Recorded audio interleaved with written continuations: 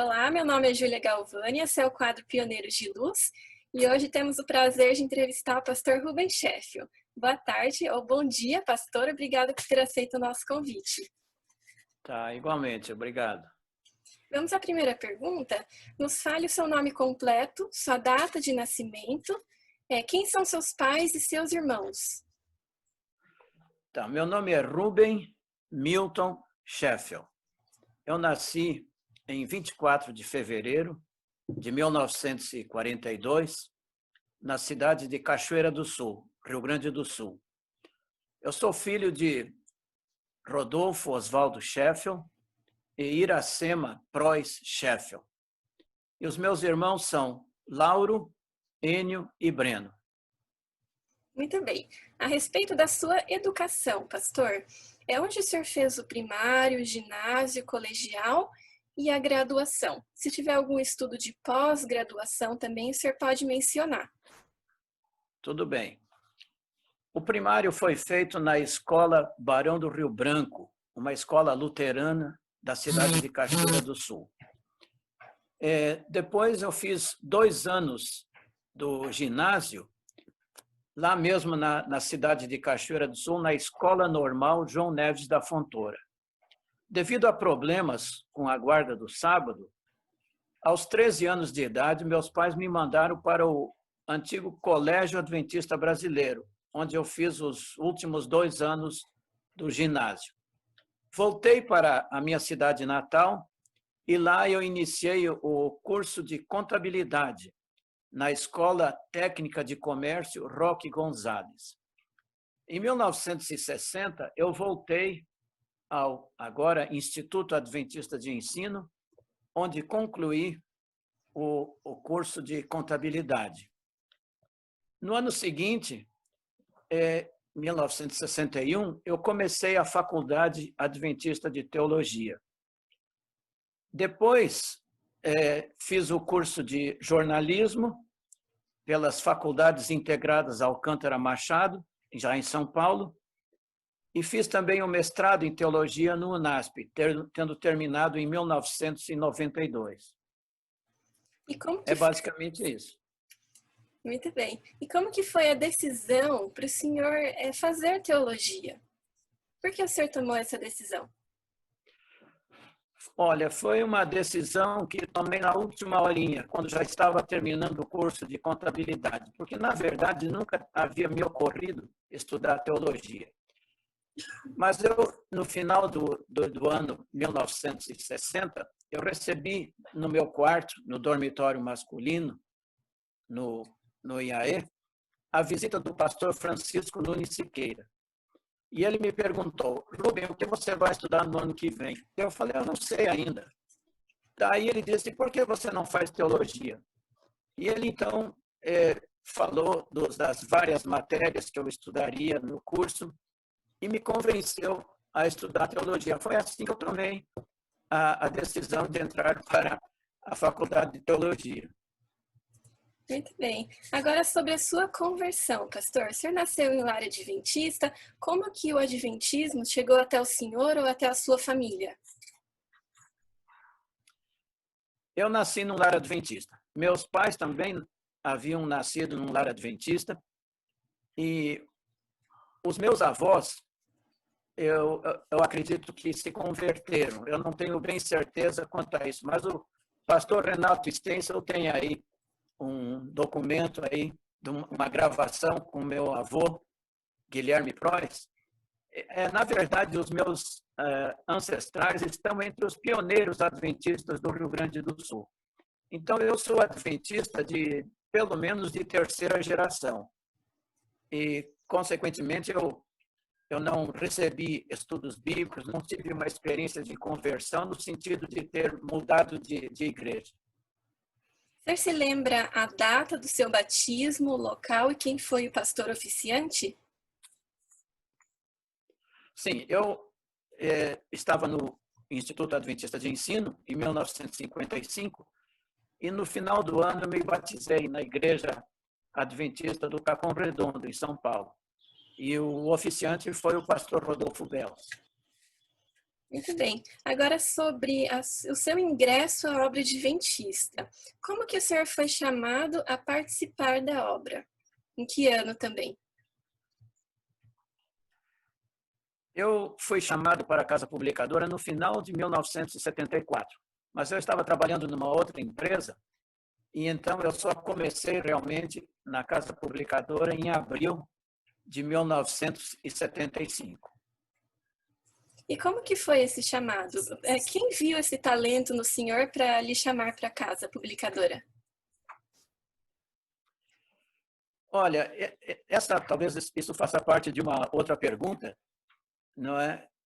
Sobre a mão de Deus em minha vida. Eu acredito que desde o início, desde a minha meninice, Deus estava me preparando para trabalhar na obra de publicações, mesmo sem eu saber.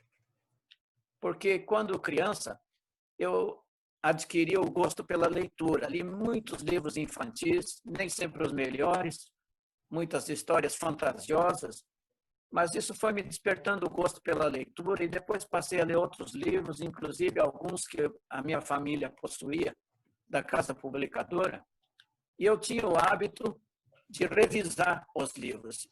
Quando descobria um erro gráfico, eu anotava à margem a letra que estava faltando, ou a letra que estava demais, e com isso eu fui adquirindo esse hábito, assim, por minha conta, de revisar os livros, sem saber que muitos anos depois, eu faria esse mesmo trabalho na Casa Publicadora. Mas não foi só isso.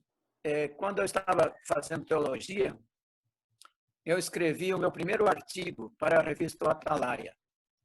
E isso chamou a atenção de colegas e professores. E daí passei também a atuar na revista Colegial, fazendo reportagens, escrevendo artigos. Depois, quando eu estava já no último ano de teologia, o pastor Siegfried Kimpel um dia me chamou e me perguntou se eu teria interesse em trabalhar na Casa Publicadora. Eu disse para ele, olha, pastor, eu acho que esse é o único lugar na obra que eu poderia trabalhar, porque eu não me sinto vocacionado para ser um pastor de igreja. Eu acho que a Casa Publicadora seria o meu lugar. Daí ele disse, eu posso indicar o seu nome para o pastor Bernardo Schinemann, que na época era o diretor. Acontece que quando eu me formei, eu decidi não entrar na obra porque eu sentia a necessidade de estudar inglês. E então decidi ir para a Austrália para estudar inglês num país de fala inglesa. E lá eu fiz vários cursos de inglês e um dia, ao ler 5 artigos sobre Jesus num jornal de Sydney, eu decidi fazer a minha primeira experiência de tradução. Eu fui à biblioteca pública da cidade de Sydney e ali, com um dicionário de inglês-português, eu traduzi à mão esses 5 artigos. Enquanto estava na Austrália, fiz também uma reportagem sobre a permanência da senhora White na Austrália e sobre o Avondale College, que ela ajudou a fundar.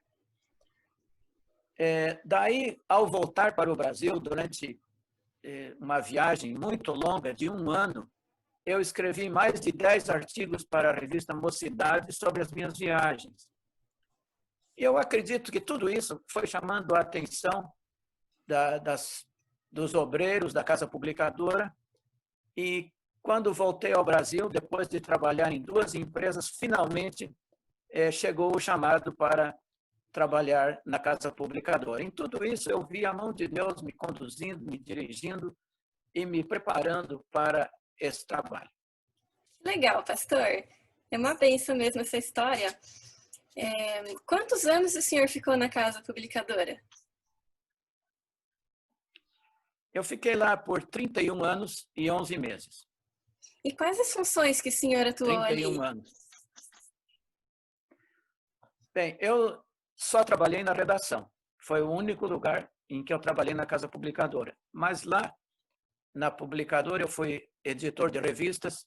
Comecei com o Nosso Amiguinho, depois Vida e Saúde, Revista Adventista, e, finalmente, como editor de livros denominacionais.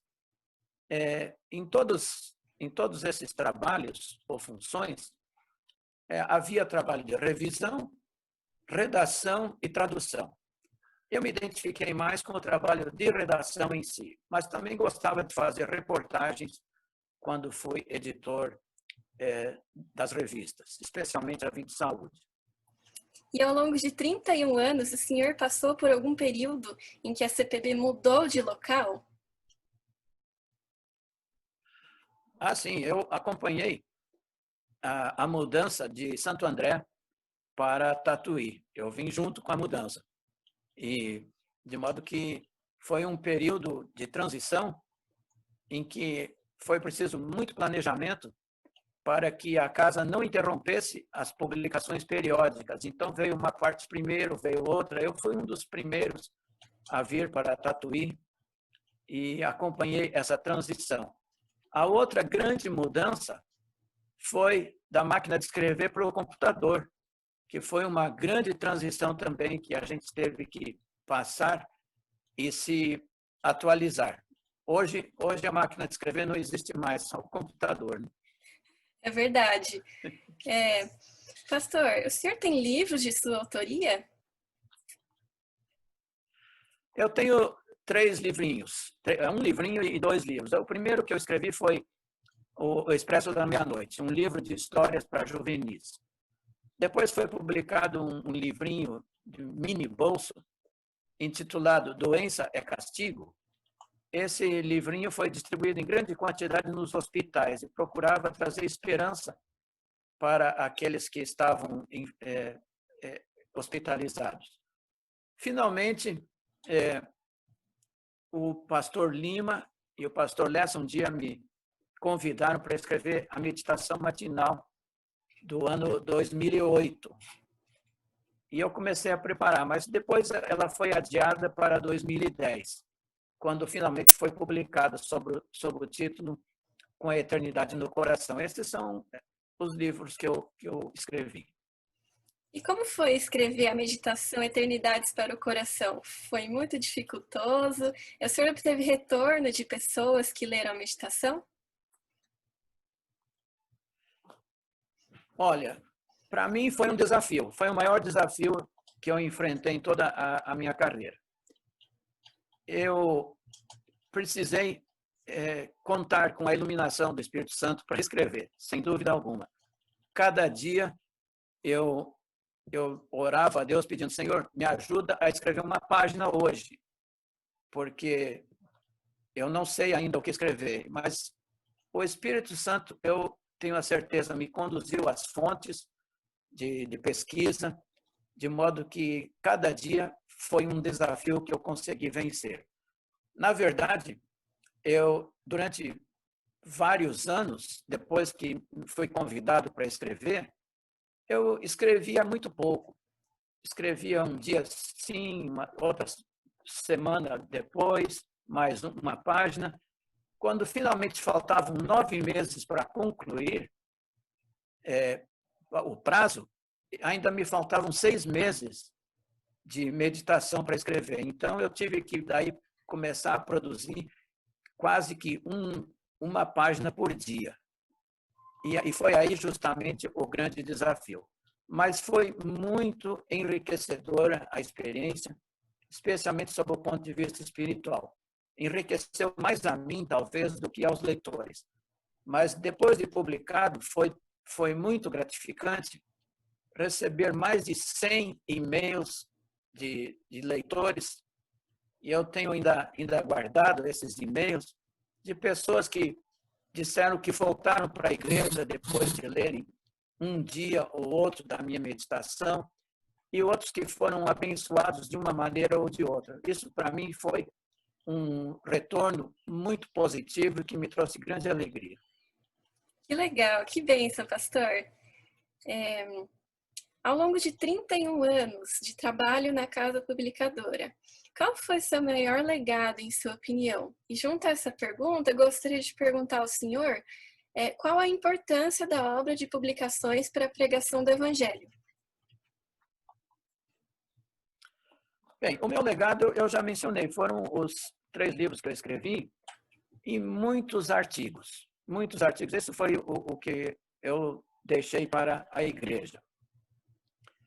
E a obra de publicações é fundamental, porque a própria obra adventista no Brasil começou com a obra de publicações.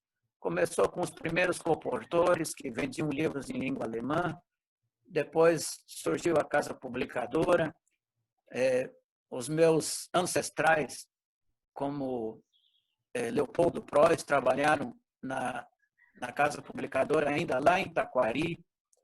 E eu descobri, para minha alegria, que durante toda a existência da Casa Publicadora, sempre houve alguém da minha família ligada à obra de publicações, ou na Casa Publicadora, ou na obra de colportagem.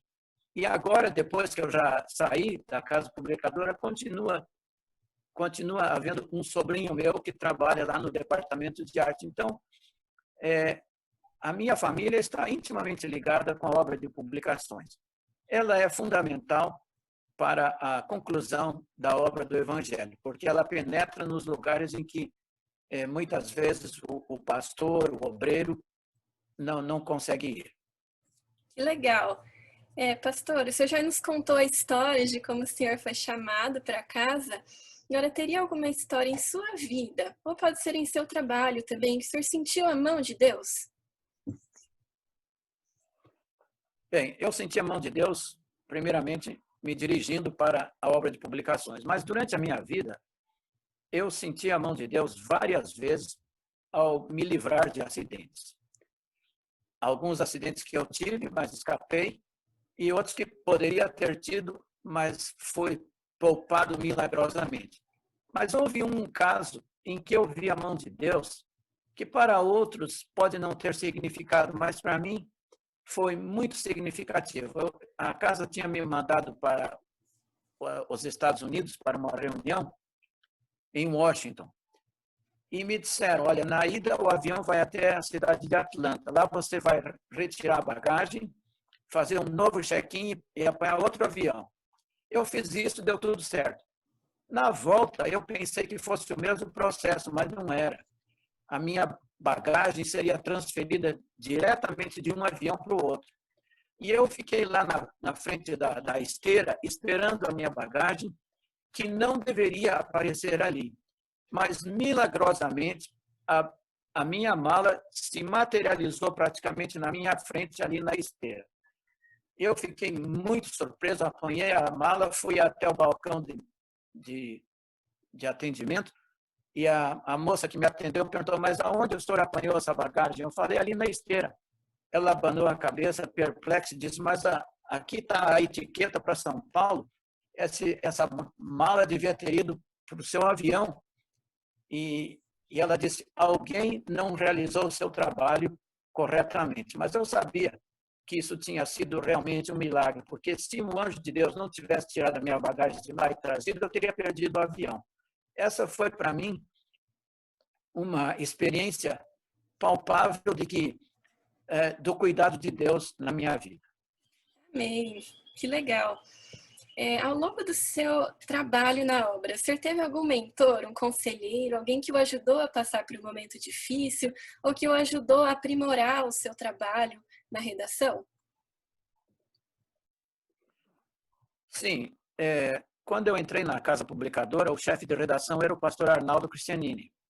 E ele me ajudou muito, porque ele era um especialista na língua portuguesa e também excelente tradutor. E ele me ajudou muito a escrever e ensinando o que devia evitar ao escrever. E depois dele, o pastor Lessa também me ajudou na arte de escrever. Isso a gente, na verdade, continua aprendendo a vida toda. Mas esses teriam sido os 2 mentores ou conselheiros que me ajudaram no meu trabalho na redação. Agora, já caminhando para o final da entrevista, qual o seu verso favorito e por quê? Pode ser 2? Pode. Eu tenho 2 versos. eu tenho dois versos que me são muito caros. O primeiro deles está em 2 Coríntios, capítulo 15, verso 58, que eu vou ler. Portanto, meus amados irmãos, sede firmes, inabaláveis e sempre abundantes na obra do Senhor, sabendo que no Senhor o vosso trabalho não é vão. Esse verso diz muito para mim, porque o pastor de igreja muitas vezes prega, dá estudos bíblicos, realiza batismos e ele vê o resultado do seu trabalho. Já na obra de publicações, você escreve, aquele texto é publicado, é espalhado como folhas de outono e você não sabe dos resultados. E muitos podem ser tentados a desanimar pensando que o trabalho foi em vão. Mas esse texto aí garante que o trabalho não vai ser em vão. Nós podemos não ficar sabendo o resultado aqui, mas com certeza veremos os seus frutos na eternidade. O segundo texto que apela muito ao meu coração é o que está em Jó, capítulo 19, verso 25, que fala da nossa esperança. Porque eu sei que o meu Redentor vive e por fim se levantará sobre a terra. E o verso 27, vê-lo-ei por mim mesmo, os meus olhos o verão e não outros. De saudade me desfalece o coração dentro de mim. Especialmente essa última frase apela muito à minha emoção, ao meu coração, porque eu já perdi tantos familiares e amigos que estão na sepultura aguardando a volta de Jesus, e eu sinto saudade de todos eles.